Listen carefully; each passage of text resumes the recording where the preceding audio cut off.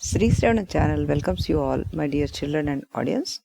It's my pleasure to present you with a brand new playlist of stories based on renowned Vemana Satakam and Sumati Satakam. Today's poem is from Sumati Satakam. Let us listen to the poem first and followed by the story. Hello, I am Saranya. I am 13 years old. Today's poem for Sri Sravanam story box is navvakumii sabhalOpala, navvakumii tallidanDri naatHulatODan, navvakumii parasatitO, navvakumii vipravarula, nayamidi Sumati.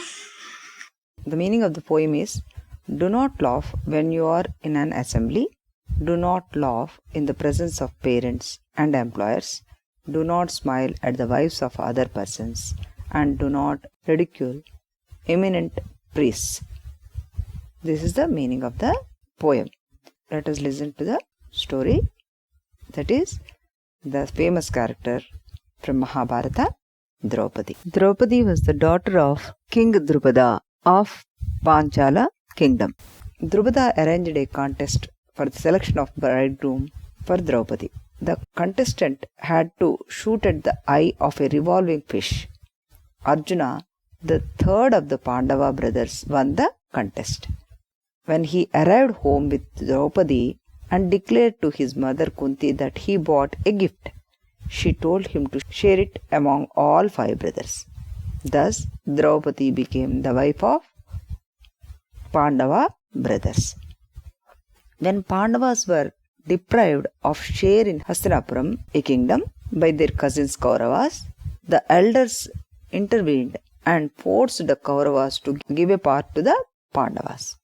The region called Khandavaprastha was given to the Pandavas, renamed it as Indraprastha. They requested Maya, the famous architect of the demons, to construct a palace for them.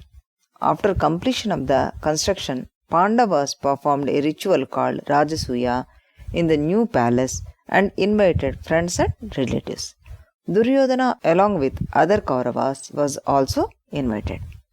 In the palace, there was a huge hall named Mayasabha, designed with illusionary effects.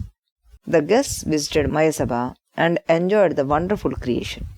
Duryodhana was surprised to see the craftsmanship and was fooled by the illusions he came across.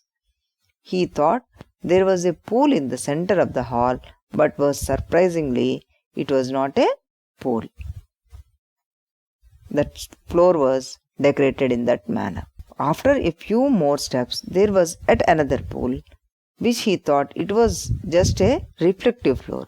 But when he stepped on the same, he fell into the real pool. Droupadi, who was standing in the balcony along with her maids, saw this incident and could not stop laughing. Duryodhana heard the giggle and saw that it was Droupadi who laughed at him.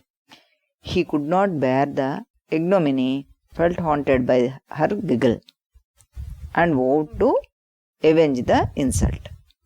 After a few days, Duryodhana, on the advice of his uncle Shakuni, invited Yudhishthira, eldest of the Pandavas, for the game of dice and manipulated the game. Yudhishthira was induced to place Droupadi as a bet, and he lost the game. Duryodhana, who was waiting for the opportunity to avenge the insult faced by him in the Mayasabha, ordered his brother Dusyasana to bring Droupadi into the court. Dusyasana dragged Droupadi by her hair and tried to disrobe her in the court. Droupadi pleaded with the elders to protect her, but none of them could go against Duryodhana's order. She finally prayed to Sri Krishna, who protected her. Thus, Droupadi's laughter in the Mayasabha hurt Duryodhana's ego, and he waited for taking revenge on her. Her laughter was the cause for her own disgrace and dishonor. Moral of the story is: untimely laughter may bring about a disaster. Tomorrow again we will meet with another story. Till then, bye bye. Srisravanam ఛానల్కి చిన్నారులందరికీ శ్రోతలందరికీ కూడాను మరొకసారి స్వాగతం. ఈనాడు మనం చెప్పుకోబోయే కథ పేరు ద్రౌపది.